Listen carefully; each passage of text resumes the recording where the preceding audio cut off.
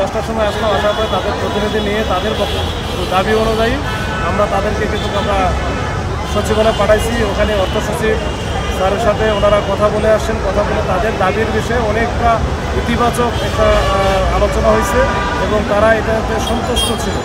ওইটার প্রেক্ষিতে তারা যখন ফিরে আসার পরে তাদের যে বিরাট জমায়েত ছিল, এখানে কিন্তু তাদের সেন্ট্রালি যেখান থেকে তারা বক্তব্য দিচ্ছিল ওইখান থেকে তারা বাইকে তাদের সিদ্ধান্ত ঘোষণা করে যে তারা সচিবালয়ে গিয়ে কথা বলেছে এবং তারা আশ্বস্ত হয়েছে যে তাদের এই দাবিগুলো পূরণ হবে এবং দু একদিনের মধ্যে হয়তো প্রজ্ঞাপন জারি হবে।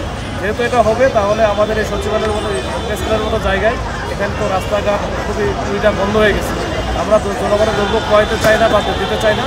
আমরা চলে যাবো সবাই হচ্ছে কেন্দ্রীয় শহীদ মিনারে। এই সিদ্ধান্ত অনুযায়ী কিন্তু সবাই একবার নেতৃবৃন্দ থেকে শুরু করে সবাই চলে আসে। আমরাও এটাকে সাথে করে তাদেরকে নিয়ে আসি কেন্দ্রীয় শহীদ মিনার। এই কেন্দ্রীয় শহীদ মিনার আশা করি শুনি যে আরও 2-3 হাজার, যেহেতু ওনারা মোটামুটি 20 থেকে 25,000 বা আরও বেশি হতে পারে।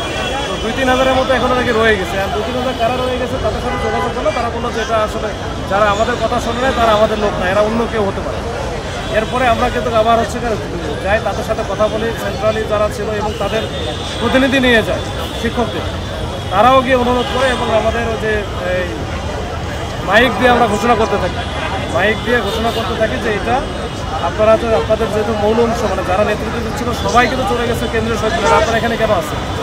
তো এইটা বারবার বলার পরে তারা প্রথম থেকে বললো যে না, আমরা এখান থেকে যাব না, আমরা ওই সিদ্ধান্ত মানি না, আমরা এখানে থাকবো, এখানে রাস্তা দখল করে থাকবো।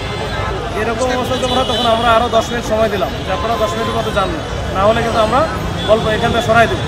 এরপরে তো যা হয়েছে আমরা পরবর্তীতে সরাই দিচ্ছি।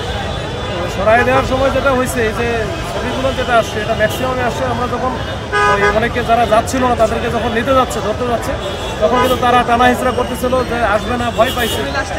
এই সময়ের ছবিগুলো ম্যাক্সিমাম। তাছাড়া আমাদের ওই সময় কাউকে লাঠিপেটা করা এরকম ঘটনা আসা আদৌ ঘটে নাই। আর আমার প্রশ্নটা হচ্ছে, শিক্ষকরা তো জাতির বিবেক, তারা আমাদের সম্মানের জায়গায় আছে। এখন ওনারা যখন সবাই মিলে এখানে আসলো সবার সিদ্ধান্ত অনুযায়ী এবং তাদের নেতৃত্ব আছে, সবাই চলে গেল কেন্দ্রীয় শহীদ মিনারে, তাহলে এই কিছু অংশ তারা না যাওয়ার কারণ কি এবং তারা নতুন করে এই যে শিক্ষকের মতো একটা সম্মানের জায়গায় থেকে তারা যদি সারাদিন রাস্তা ব্লক করে থাকে এই যে প্রেস ক্লাবের মতো একটা জায়গায়, এটা তাহলে কোন ধরনের বিবেক বা কোন ধরনের ব্যক্তিগত, এইটা নিয়েই আমরা কিন্তু তাদের সাথে কথা বলেছি।